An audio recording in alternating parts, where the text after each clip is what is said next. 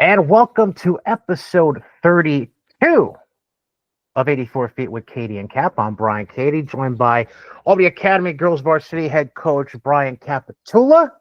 Coach, what's going on, man? How you doing? Good. 32. That's so many. I thought we were still in the 20s. That would be the OG Shaq number, right? That would be. The Orlando Magical. Didn't he wear 32 eventually towards the end of his career? Yeah, he Phoenix? wore a couple weird numbers too. Yeah, he wore 34 with the Heat and Lakers. He wore 36, I think, with the Celtics or the Cavs. Celtics. Yeah, Cavs right. too. Okay, and then I think 32 must have been Phoenix then. I don't know. It's all everything post Lakers is just or post doesn't count. It's a mess. Anyways, bunch of stuff to get into. Got a pair of guests that'll be joining us in just a second, but first things first. Just want to bring up two quick things. Number one, Kaylee Ahern, senior for Averill Park, has committed to Dominican, and Hannah Lowenstein from Bethlehem, who played for you this past spring at Elevate, committing to Salve Regina. So pair of commitments there, and now they can focus on their senior years without having to worry about coming through their offers, and they can actually enjoy senior night and prom and whatever that comes with senior year. So good for Hannah and good for Kaylee. Yeah, Kaylee's probably the best corner 3-point shooter in the league, or in the section, probably just the corner threes. And Hannah, after missing 2 years from ACL injury, missed 2 consecutive years basically with a torn ACL. So for her to come back, this will be her first full year of high school basketball since she was a 9th grader. So, and then the one other piece of news, I think Sienna might never let me talk to Terry Prim ever again, because so the first Sunday in November, 3 out for the season before they even tip off, and 2 of them were Section 2 kids. I can't make this up. Allison O'Hanlon, she's had an ongoing foot mission really since the end of her senior high school season at Dwaynesburg. Yep. Eventually came to find out because I guess it took 8 months and I don't know, college trainers instead of high school trainers to figure this out. Turns out it was a bone spur issue in her the back of her shin, and it was pressing up against her Achilles. Yeah. So she had that taken care of. But nonetheless, she's out for the year with that. And then with Valencia Fontanelle Passon, no official word on what the exact injury is. All I know is that it's the left knee, not the right one that she tore ACL on. Yep. So I don't know. Yeah, lower leg, they said, or that's what at least the article said. So yeah, they're being very hush about the exact diagnosis. But if they're saying lower leg, I didn't know it was a lower leg. But now you say it's a lower leg, probably Achilles too, I'd assume. Maybe. Not good. A lot of stuff happens too. A lot of this ACLs and things like that. When you've already hurt the other one and coming back from that, and you're fully healed on that, a lot of the times the other one goes eventually because you're rehabbing for so long on the other leg. So it stinks for her missing basically 2 seasons of college basketball. So. Yep. So the odds of me getting to interview Baby or any of the 4 Section 2 kids at Albany have now drastically gone down because I am causing insurance claims now for Sienna Med. That's great. That's good job, Brian. Way to go. Anyways, now that I'm done making fun of myself for causing 2 injuries, I'm kidding. I didn't cause the injuries. Allison's already existed before she left high school. We have a pair of guests from a school that wasn't Class B, and now this season has been moved down to Class C because enrollment numbers are a funky thing, and apparently this school would miss the cutoff to be in Class B by 5-6 people. I can't make sense of it. That's how the state set up the numbers. It is what it is. But anyways, this school made the Class B semis last year, losing to Cap's Bears of the Albany Academy. Way to go, Cap. I'm sure we'll hear something about that from one of the guests, at least. she's gonna make fun of you or something. Anyways, they're now Class C, representing Stillwater High. The player you'll recognize because she was interviewed by me at the EST Fall Showcase not too long ago, Addison Thornton, sophomore, and head coach Cassidy Chapko. Ladies, hello, hello, hello. How are you? Good. How are you? Good. How are you? Doing well, doing well. First thing I want to ask, I will allow this to be an open forum for you, Coach. So if you have any ill words to say about Cap from the semifinals, I'll let you speak it now because I openly make fun of him anytime I get. No, I have nothing bad to say. Great coach. He has a great program, great team over there. So no harsh words. All right. So now that I've made things awkward to start things, let me try to make things unawkward for a second here. Coach, you a local product, came out of Hoosick Valley. Talk a little bit about your time at Hoosick Valley and how you ultimately decided in the end. You ended up going to SUNY Cortland afterwards. So just talk a little bit about what recruitment was like for you back then and how you landed on the decision to go to SUNY Cortland. Yeah, so I went to Hoosick Valley. I played varsity for 4 years. And then I wanted to continue my basketball career. A lot of schools really weren't coming knocking on my door. So my parents were very realistic with me and said, try and find a college where you can get a great 4-year education and hopefully play basketball. And I knew I wanted to go for phys ed, and there's not a lot of schools in this area that have a strong physical education program. Cortland was being one of them, and Springfield as well. So, and then being D3 schools, I knew I could possibly try and maybe go play there. So that's really how I wound up at Cortland, was because of their phys ed program. And I knew I was also able to hopefully go play at that level. Before we came on, Addison said that my coach is also a gym teacher, and I had to correct her and let her know that it's not gym teacher because gym is a place, it's PE. But I said a lot of the Cortland, if you're from Cortland, a lot of those people that are at Cortland, at least that are even at our school, I think all our PE teachers went to Cortland or Ithaca. So that's kind of the path they take. But now, Addison, just a quick question for you with your team and kind of how your fall has gone. Obviously, I know what you do besides basketball, and I think some other people may, but what else? How was your fall in terms of just overall? Like, what did you do in the fall? Do you do any other sports, anything like that?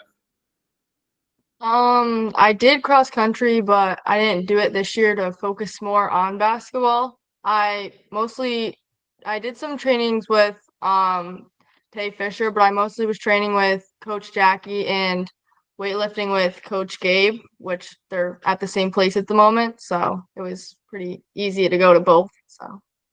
And how do you think in terms of like you've had some, I'm sure, open gyms with your team, things like that. How have you felt like you've improved just over the few months that you've had? I've definitely improved my going to the rim and scoring around bigger defenders because like I'm not that big, but it's important to get to the basket to get the fouls called because I want to go to the foul line more this year. Now, Coach, while you're at SUNY Cortland, I'd be remiss if we brought up Cortland and didn't bring up the Hall of Fame coach that you played under. She was actually just inducted into the Cortland Hall of Fame. I think it was a month ago, 2 months ago, something like that. Coach Mosier, she was there for 20 seasons, including all 4 of your years at SUNY Cortland. I believe still the winningest coach, if I remember correctly, in Cortland women's basketball history. What did Coach Mosier mean for you, not just as a player being on a squad trying to win games for her, but also what kind of impact she may have had on you as far as you deciding to eventually become a basketball coach yourself? Yeah, she was a great coach, obviously coached there for a very, very long time. She had a huge impact on me when I eventually became a coach. She was a great mentor for me, obviously playing under her for 4 years. She was a very, very, very tough coach, probably one of the most competitive coaches I've ever played for. And a lot of that kind of I see in myself.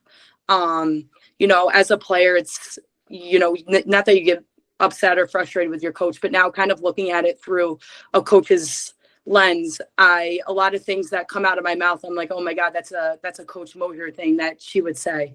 So she's definitely influenced my coaching career a lot, and we still keep in touch. I try and reach out to her at least once every couple months just to see how she's doing.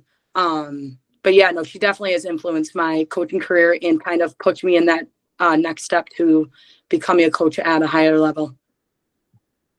Now, Addison, I'll put you on the spot with Coach. Obviously, Coach is here and can hear every word that you say, so answer properly. But in terms of her being there and you kind of being in the high school pro, what has she brought to like your program and to this team so far? In terms of like energy, is the gym exciting to go to? Is practice fun? Like, what kind of coach is she at this point for you? Going to practice is always fun, but she definitely does bring the competitive aspect to it. Like every time we go versus teams, like she's like one of the most competitive people on our team. She always wants to beat the teams we go against, and practices are always competitive and always fun. Yeah. Now, another thing I have to bring up about SUNY Cortland, just because I find this to be a bit remarkable. One of your teammates and classmates, as it is, I think, Coach, you know where I'm going with this. Alyssa Crosby, two-time defending New York State champion with Hammond Central as their head coach in Class D. Did you two ever discuss becoming coaches while teammates, and what was she like as a classmate and a teammate out there at Cortland? Yeah, she transferred in, I believe. What's that? She came from community college way up there. I forget which community college it's called, but anyways, so we only played together for our junior and senior year, but we were both in the phys ed program together, so we knew that we both wanted to continue in coach as well. But yeah, no, I am so happy for her. I don't keep in touch with her as much as I would like. I was able to go to her first state championship game and watch that, but just, she's not even 30 yet and already has two back-to-back state titles. It's crazy to think about that, that's most coaches' dream is to just get there, let alone win one and then go back this past year as well and win another one. She was a great player at Cortland, a great teammate, just kind of one of those players, very undersized, but she was asked to do a lot. I mean, I think she's only like 5'9", 5'10", and that she was our biggest player on her team, which is crazy to think about for a college program. But yeah, no, she was an awesome player, awesome teammate, and I'm very proud of her that she's been able to do what she's done with the Hammond girls basketball program. Now, Coach, before we kind of move to the future and this year, just looking back at last year's team and the last year's squad and the success that you guys really had with really a really young team overall. At what point last year did you know? Was it like early on, or when did you think like, what, this team's probably going to be pretty good, and then realize like, hey, this team's probably like going to compete in the section, not just the kind of the league that they're in, but overall like being one of the best teams in the section? Yeah, to be honest with you, going into this last season, I knew we were going to be competitive. I knew that we were hopefully going to be one of the top teams in the league. To be honest with you, I think it was after our first game we played Mayfield to open up the season. We lost to them the season before. They've always had, a pretty decent squad. And I think our home opener, we ended up beating them by 20, maybe 18, 20-ish. And then I kind of like went back and I sat down. I was like, all right, I think we have, something special going on this year. I was not expecting to go in and be, a high quality program that Mayfield has been in the future by, a significant amount. So that's kind of when, I sat down and realized that, we had a lot of great things going and that we were going to be really competitive in the league and in sectionals. Yeah, get a look at last year because I just pulled up your schedule real quick. So,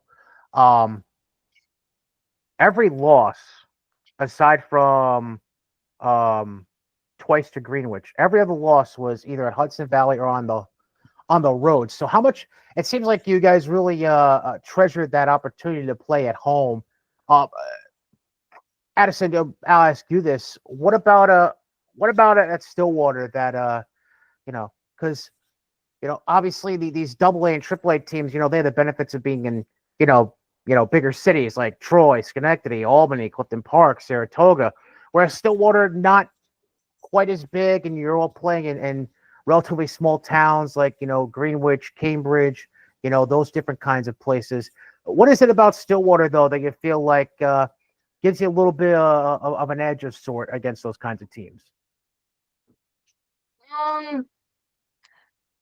Not probably are the people that we have in our stands, because although we don't have like a lot of people like other schools, we do have a lot of people have their family members like all stacked in stands, like grandparents, aunts, uncles, which does really help to fill our stands because we don't get as many people.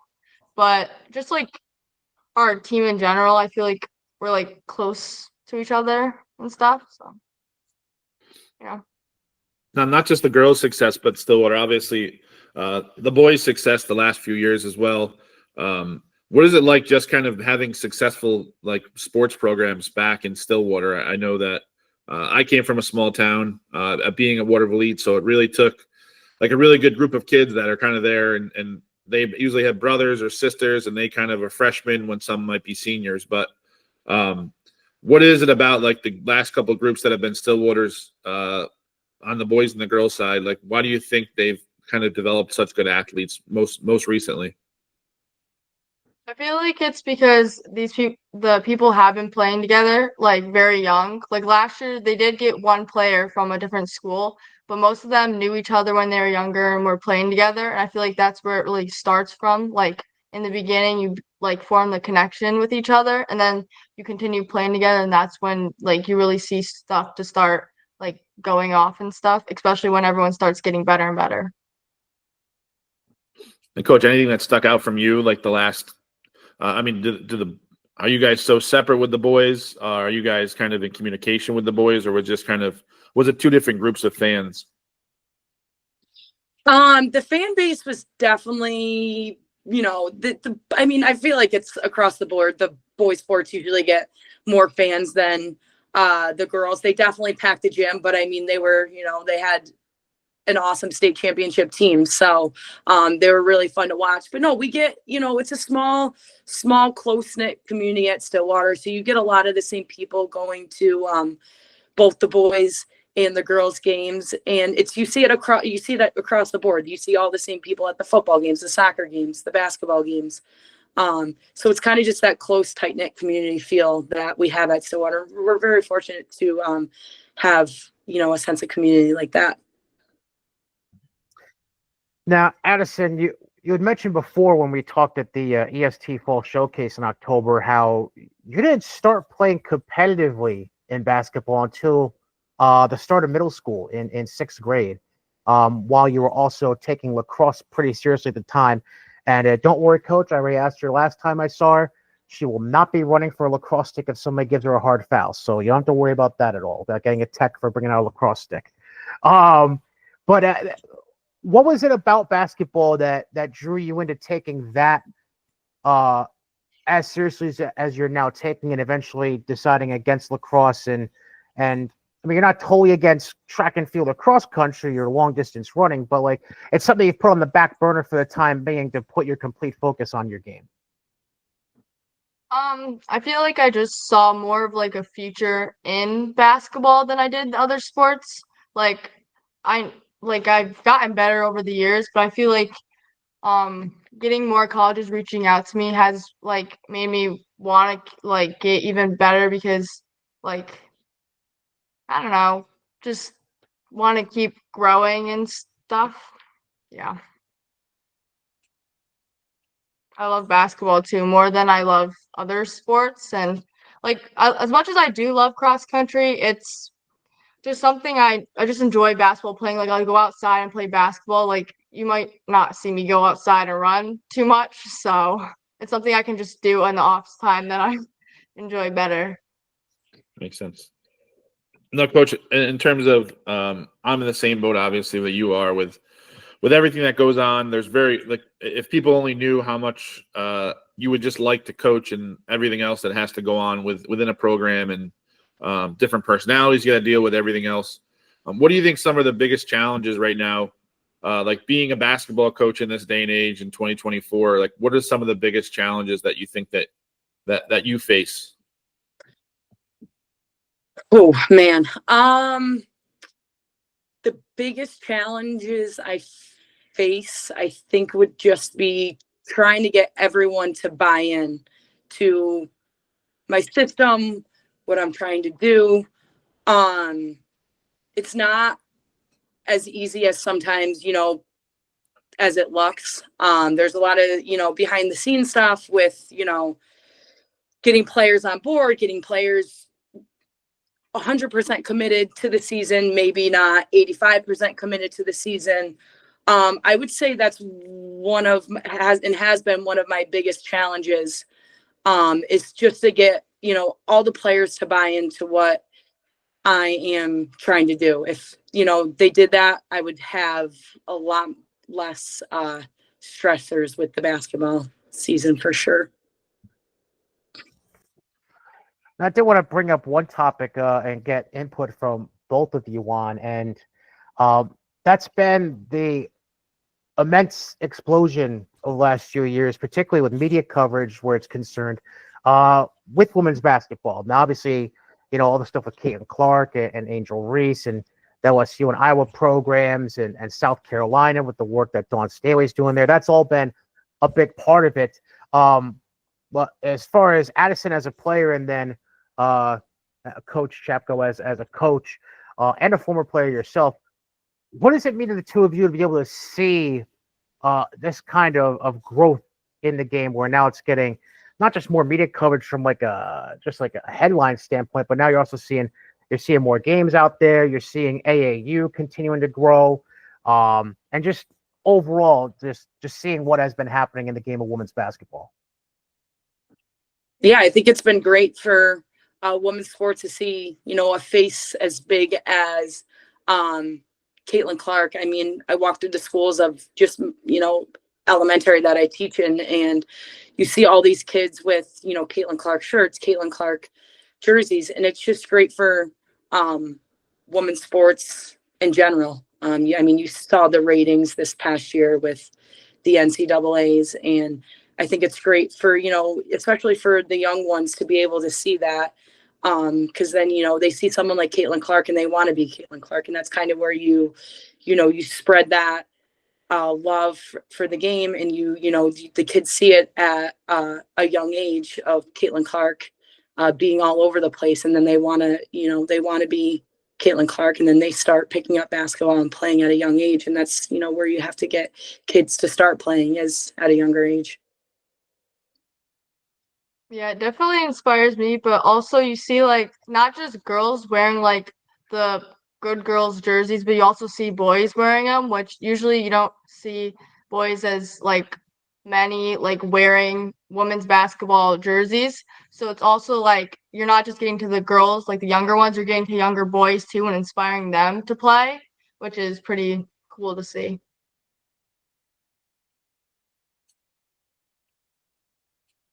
Cap, you're muted. Cap. I know.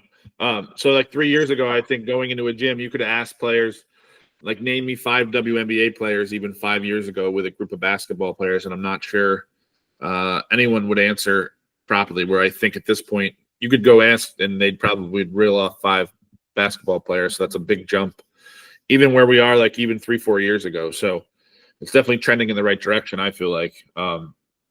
Anything for Addison for you? Any kind of short-term goals you'd like to accomplish, like in the next few months, or in your like this year that's coming up for you at Stillwater? Like I said before, I do like to get to the free throw line more because I didn't get there as much as I wished last year.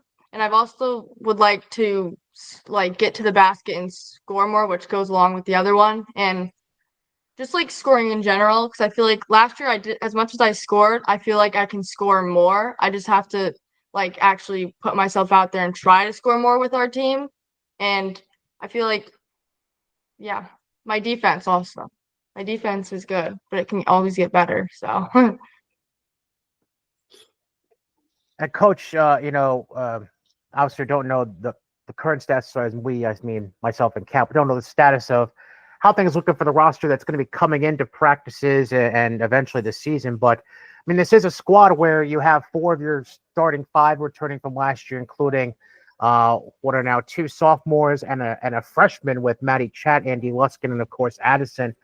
So all in all, having just lost, I think it was like 2 or 3 seniors from last year's squad, having a good chunk of those girls back, how much more confident does that make you feel going into a season, knowing that, let's say 80% of these girls already have, valid, at least a good season or 2 at the varsity level already under their belts. So they know what to expect as far as from you as a coach and from the competition that they are going to play throughout the season. Yeah, I am very confident going into this season, even with us having a young roster, like you said, with Addison and Andy being sophomores. It's crazy to think about, but this is going to be their 3rd year on the varsity team. So they have that experience. They have that exposure playing at a high level. Yes, they're only sophomores, but they've played at this high level since they've been in 8th grade. So they've kind of been groomed for this. And then Maddie Chat being, only a freshman. Again, last year for me, 8th grader, she plays, for the Capital. So again, another player that, has that exposure, has that experience. And us coming off of a great season last year, only losing the one starter or the one senior starter, and then 2 other ones that were role players. I'm very confident, and I definitely have high expectations for, our group that we're going to have this year. Now, Addie, in terms of just preparation and things like that, is there anything that you have either before games, any kind of weird rituals that you may have? Like, do you eat the same thing? Do you get a certain amount of sleep? Is there something that you do before every game? Actually, there's 2 things. I always have my mom slice up an apple, and like I always eat the apple slices, and I usually gave 2 to my senior friend, but she's not going to be there this year. And then I also like listen to music, which I feel like everyone does, but my music's like different because not a lot of people like my music. So yeah. So that was going to be another question. The coach, who do we not give the aux cord to? But I think you just answered that question yourself. So Addison. Yeah, I remember asking Addison about that at the showcase, and she was like, "Not me. Like, don't give it to me." So yeah, we've already been down that road a little bit. But as far as where's it go? Oh, one thing I did want to ask Addison quick, because this year you really took on a lot more exposure from the showcase events you did do, not just the EST Fall Showcase where we talked prior.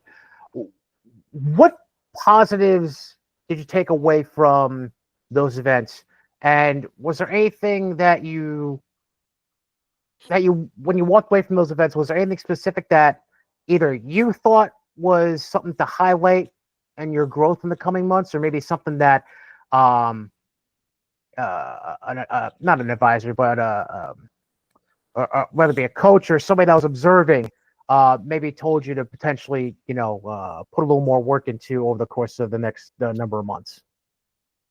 I have taken away that my communication with girls that I normally don't play with has gotten better. Like I'm able to communicate more with them, which I do sometimes struggle with communicating on the court. Not as much other like people outside like telling me stuff to work on, but mostly myself working on is just knowing when to use my dribble to get to the basket and stuff, and knowing when it's my time to shoot and not to hesitate. Because like obviously for this upcoming season, I'm gonna like kind of have to score more, so I'm gonna have to like not hesitate, and I'm gonna have to do the stuff that I'm not as comfortable doing, but I'm gonna have to get comfortable doing it. So. And just one more question for Coach in terms of obviously practices haven't started for either of us yet. You have your open gyms and things like that, but so it's kind of hard to always get reads off those kind of things. But in a perfect world, you walk into your gym, like you walk into Guilderland on December 6th. What is the number one thing you want this team to kind of either like what'll be your number one focus with this group? Is it something like you think you're going to be a really good defensive team? Is it something where you're going to be a really good offensive team, or is it just you hope that kind of it both works out on both sides of the ball? Yeah, well, in a perfect world, it would work out on both sides. But no, we always our not main point of emphasis, but we in practice we do focus a lot on defense. When I first took over this program, I'm going into my third year. I've kind of tried to move to the man-to-man style of play defense, and that's kind of all. Not all these girls know how to play, but that's tends to be what we play 90% of the time. But yeah, I mean, going into our first game, I think that I'm just looking.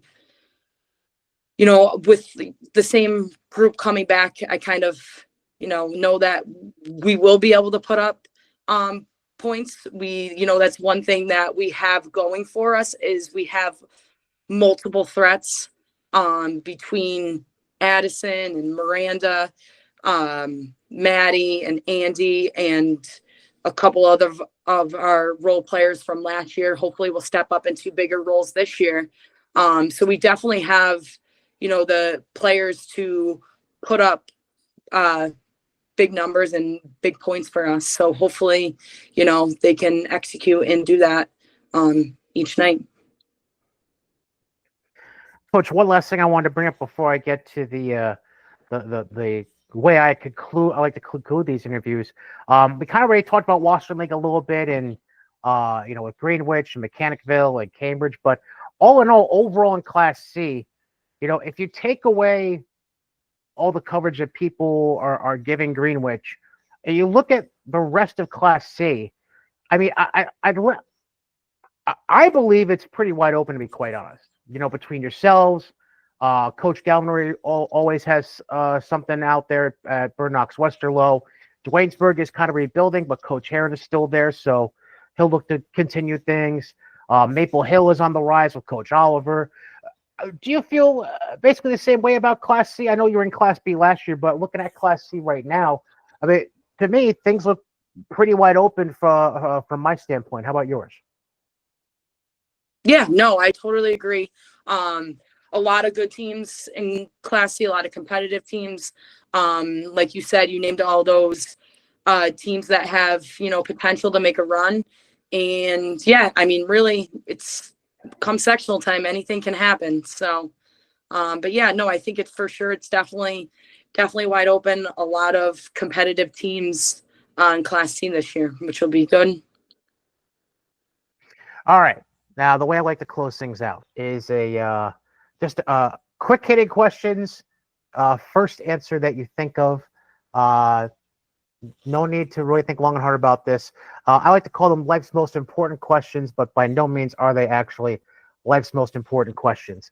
Again, just give me the first answer that comes to mind. We'll get Addison's answers first to the question, and then we'll go to Coach. That sound all right, girls? Sounds good. All right, ladies, here we go. First things first. When it comes to desserts, are you more of a chocolate person or a vanilla person? Chocolate. Chocolate. Even as a PE teacher, you still believe in desserts? That's okay by you? Oh yeah, I love sweets. Okay. All right. There we go. When it comes to energy drinks, are you more of a Gatorade person, Powerade, or do you kind of stray off into like the Celsius or Body Armor type of drinks? Gatorade. Okay. Gatorade. Now, do you go by color or flavor with those? Color. Okay. Yep, color. Okay. Best Starburst. Pink. Pink. Wow, these two are like twins. It's amazing. Um, is a hot dog a sandwich? No. Mm, yes. Okay. Now, why do you think it qualifies as a sandwich? Well, I was gonna say no at first, but then I'm like, I guess. I mean, you're eating it on a bun. You're eating it. I don't know. Addison, do you want to provide an argument for the other side at all? Well, like usually you think of sandwiches as something you like eat cold. Like obviously there's some that are warm, but mostly it's like cold. That I don't know. Just All right, doesn't make maybe I'm a psycho, but have you ever tried a cold hot dog, Addison? Nope. All right, maybe I'm Cap, you, Coach, Never. Coach, Never. you. All right, well, I guess I'm the psycho. Okay. Anyways, okay. Person, it can be a friend, a family member, whatever. Person most likely to be your most embarrassing fan in the stands at any given point. Um, I don't know. Um, um, I'm thinking of two people. Either my grandma Dorothy or my aunt and uncle who go to my games, probably. That's three, but it's okay. My friends. Yeah, they tend to come to a couple games a year, and yeah, they're not quiet in the stands. They one year they brought a huge sign that said "We love Coach Chapko." I had to ban that because they would hold it up in timeouts, and my girls wouldn't be paying attention to a thing I say. They just would look at the sign and start laughing. I'd be drawing up plays. They go on the court and have no clue what they're supposed to do.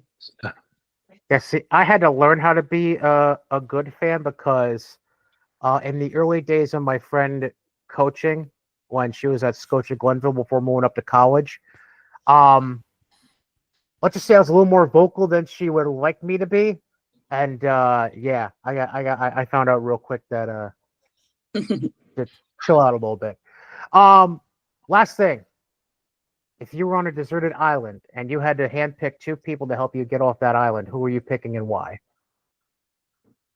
I'd pick my dad and my grandpa because they built like they've done all the floors basically in our house and they built our deck this past summer or 2 summers ago. So they know what they're doing when it comes to building. For me, it'd be my parents, my mom and my dad. Okay. All right. Very good answers. Well, ladies, definitely appreciate the discourse and the conversation. So, Addison Thornton, Cassidy Chapko, Addison sophomore at Stillwater, Cassidy Chapko, the head coach for Stillwater. Ladies, thank you very much for joining Cap and I, and good luck with the upcoming season. I'm sure you'll be stuck seeing me around at some point. Cap, who knows? He's kind of busy with his own team, I guess. I'm sure I'll see you ladies around some point. Thank you. Thank you for Thank having you. us. Thanks, guys. Absolutely. Addison Thornton, Cassidy Chapko, for Stillwater High School. Real good conversation there, Cap. Glad to have those two on. Yep, that was great. They obviously, it's funny because we joked. That's not a joke, but we talked about it when we played them in the semifinal game. I feel like if they had gotten by us there, they had a good chance. Obviously, at the next game against Mechanicville, who they had played previously, but then they would have been put out in Potsdam with the boys at the same time. So it would have been an all Stillwater regional in Potsdam. But, Would have been very, very convenient from a transportation standpoint for them, wouldn't it? Yep. And they would have had to endure that bus ride instead of you. So, it's But we've spoken about that enough. I'll leave that one alone. So I find as I'm getting in my older age, and Cap, don't start laughing when I say that. But as I get in my older age, I start to think a lot more as a parent, and pair of stories that came out over the course of the last few days as we're recording this on election night, actually, Tuesday, November 5th, that drew the ire of yours truly. One of them being this news that came out over the weekend. So this would be like November 2nd, November 3rd. I think it actually started coming out on like Friday the 1st and then really kind of took off as a story over the course of that weekend about how Warrensburg, Lake George, and Bolton, their football team, because of all the small schools, a lot of combining their programs for certain sports, but the Warrensburg, Lake George, Bolton programs, they decided to cancel the remainder of their season, even though being the number one seed in Class D for sectionals, because of an alleged incident looking into inappropriate conduct, which I assume if they're punishing the football team, that means there's at least one or more football players involved. And then the other thing that came out, and this came out, I believe, just today, if I remember the chronology correctly, of a Colony Central high school student. I'm gonna try to get this right because I don't think he was necessarily arrested. I think he was just. I gotta make sure he was arrested. Okay, or a she. I don't know if it was a he or a she. But a student was arrested on charges of photographing a student with autism while in the bathroom and then sharing it, which was then shared by other students on the social media app Snapchat. And I'm not going to get into the details about either of these stories because, one, we don't know really any of the details, honestly, about the football story. But there's more details in the Colony Central article. If you want to look that up, do that on your own time. I'm not going to discuss it here. But when I see stuff like that, I'm like, it's 2024. You would think that I know it's a lot easier with social media compared to, say, when I was a kid in middle school or high school 20, 25 years ago. It's just, you would think as times have evolved, those who might have grown up with bullying might have educated about bullying a little bit better. Right. And it just feels like it's a never-ending cycle. And I'm not. There's no need to try and make it political and try to turn this into stuff about school shootings, whatever. That's not what this is about. This is about strictly just the initial acts that happen, whether it be on a school bus, in a bathroom, in the classroom, or a lunchroom, whatever it may be. It bothers me to see things, especially when it comes to a kid that's got a disability or a handicap, like the student with autism at Colony. It's just it sits with me totally the wrong way to see that kind of stuff still happening today. Just given the makeup of the world today, and I don't know, Cap, you're a parent, so you might be able to provide a little better perspective into this as far as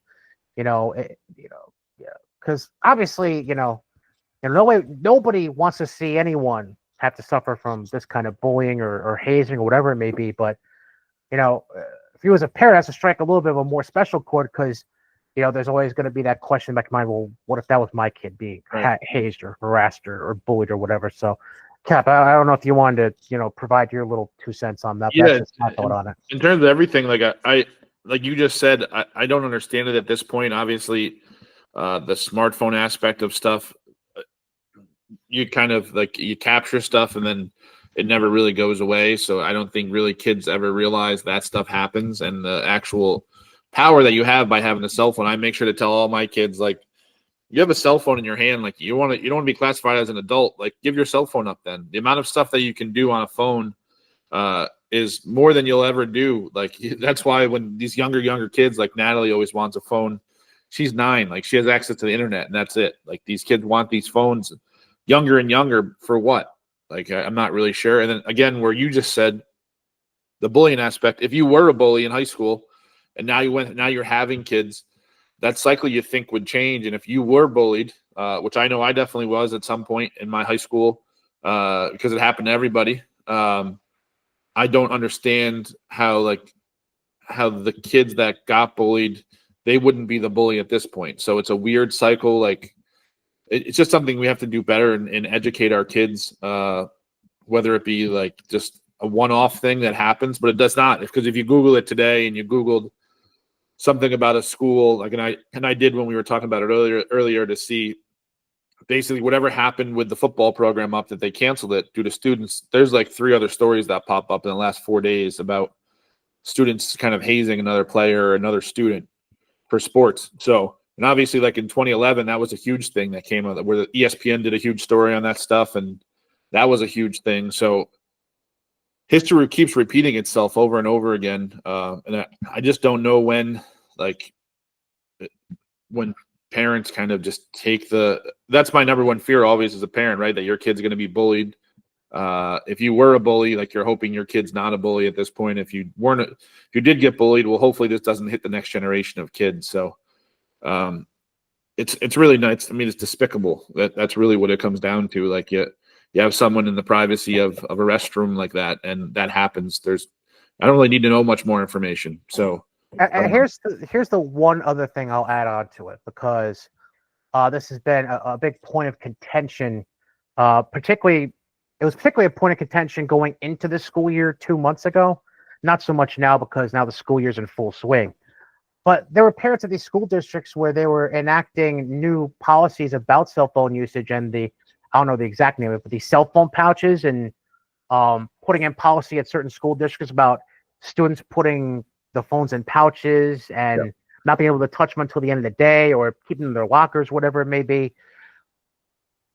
If you've been against that kind of policy being in your school district, think about these 2 stories that we're just discussing now, and how much the likelihood of it probably decreases by not allowing these kids to have their electronic devices during the day. Yep. Like there's a lot less likelihood of stuff like that happening, and B, just if it does happen, the likelihood of it getting out to the masses. So it's just it just boggles my mind that, and I do get the one argument, what if something happens at the school? I get that, but in the grand scheme of things, if you're trying to avoid the potential of things like this happening, there's got to be some kind of measures where you meet in the middle and make an agreement on this. Right. And I feel like these are 2 stories. Now, obviously, the school bus thing's a little weird because, it's out of school, so it's hard to crack anything like that because, they're not going to have their phones in pouches back at the school. They're going to be on each other's person. But as far as the county thing is concerned, like, you cut down the likelihood of anything like that ever happening, because I highly doubt these kids are going to buy disposable cameras, even though they're kind of an in thing now all over again. Right. It's just the accessibility just doesn't help in this kind of situation. No, and it just like I said, it just keeps going around and round and round. Like the bullying thing, kids are going to be kids, but like it has to get to the point where it's just, I don't know. Like if you went to CBA, so you saw it, but if you were a jock of some sort, like you were friends with everybody. You didn't make a difference if the kid was in a different class or if it was someone else. Like you made friends with everyone that was there. It's just, I don't know. It's a different kind of thing, and that's why I think sometimes, ultimately, like people look into boarding schools and people look into prep schools and people look into private schools and things like that, just because it has really nothing to do with education. A lot of the times am I a public school kid? Am I a private school kid? There's a different kind of kid that thrives in that environment with smaller people and smaller classes and doesn't have to deal with as much stuff like that. So I think that's a big part of it too, is like, unfortunately, like the public schools there's too many kids at this point, and there's less and less teachers that they can even hire. Like there's not the budgets to do those kind of things to combat it. Like look at Albany High. Like Albany High has so many kids, they can't hire 1,000 hall monitors to do things. Right. But yeah, I agree. Like I know Waterville Elite does it, like talking to those guys, like they have pouches they have to put their phones in. Students have to put them in. The teachers even have to the teachers have to put their phones in pouches, and they can get them at certain times a day. So, Yeah. But yeah, it's a topic that's never going to go away. Like the bullying, hopefully it becomes less severe always. But the fact that it hit our area, and I don't know what else to really say other than like hopefully the right thing's done by the school districts. Yeah, it's just a crappy situation all around, and hopefully everybody can. We can hope that there's no more of this stuff that has to come out over the course of the rest of the year. So hopefully this is the end of it. But that being said, that wraps up episode 32 of Cady, 84 Feet with Cady and Cap. Thanks again to sophomore Addison Thornton and head coach Cassidy Chapko from Stillwater. Yeah. Anything else you want to add quick, Cap, before we go? The Yankees lost. We haven't brought that up again. We don't need to. So we went down Monday night and we watched them lose. Then they won Tuesday and everyone's got joyous. And then they maybe had the worst inning in the history of baseball on Wednesday. So and football season's over for me because I'm a Giants fan. So I'm moving on. Nothing. NBA doesn't get exciting for another 4 months, but I did watch probably 13 college basketball games yesterday. Just either parts of them and then another probably 2 or 3 today. So crazy. You're crazy, man. Anyways, high school season will be here before you know it. So in the meantime, that does it for episode 32. Yeah. Bye, everybody. See you guys.